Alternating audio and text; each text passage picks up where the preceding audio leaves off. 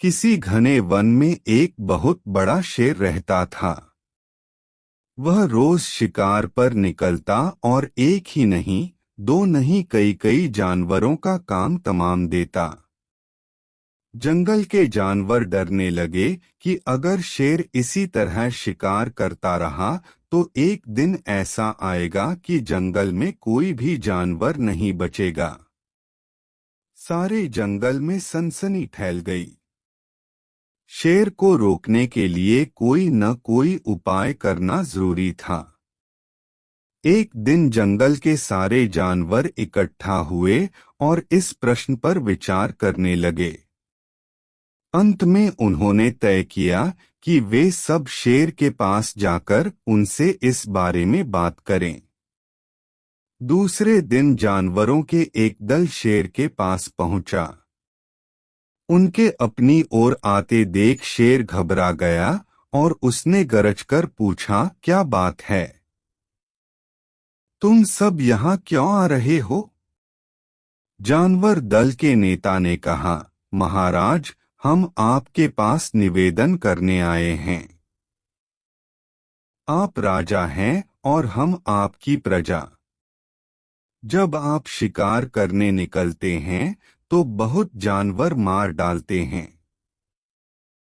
आप सबको खा भी नहीं पाते। इस तरह से हमारी संख्या कम होती जा रही है। अगर ऐसा ही होता रहा तो कुछ ही दिनों में जंगल में आपके सिवाय और कोई भी नहीं बचेगा। प्रजा के बिना राजा भी कैसे रह सकता है? यदि हम सभी मर जाएंगे तो आप भी राजा नहीं रहेंगे। हम चाहते हैं कि आप सदा हमारे राजा बने रहें। आपसे हमारी विनती है कि आप अपने घर पर ही रहा करें।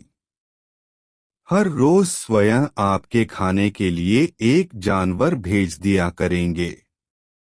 इस तरह से राजा और प्रजा दोनों ही चैन से रह सकेंगे।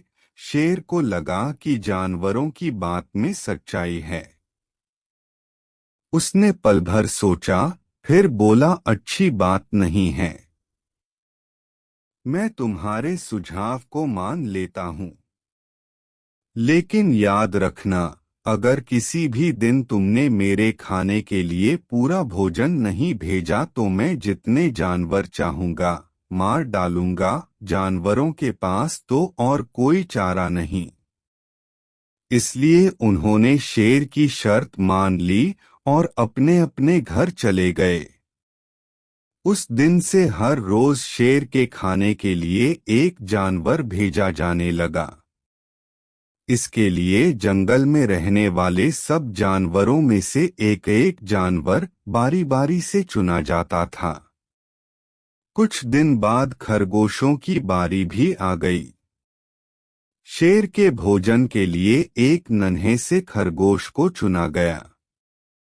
वह खरगोश जितना छोटा था उतना ही चतुर भी था। उसने सोचा, बेकार में शेर के हाथों मरना मूर्खता है। अपनी जान बचाने का कोई न कोई उपाय अवश्य करना चाहिए और हो सके तो कोई ऐसी तरकीब ढूंढनी चाहिए जिससे सभी को इस मुसीबत से सदा के लिए छुटकारा मिल जाए। आखिर उसने एक तरकीब सोच ही निकाली।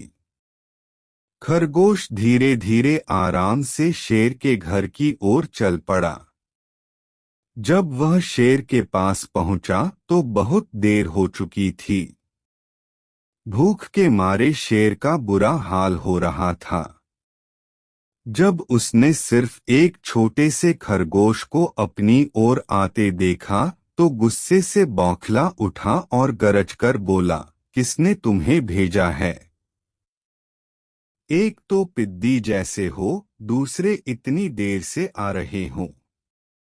जिन बेवकूफों ने तुम्हें भेजा है मैं उन सबको ठीक करूंगा।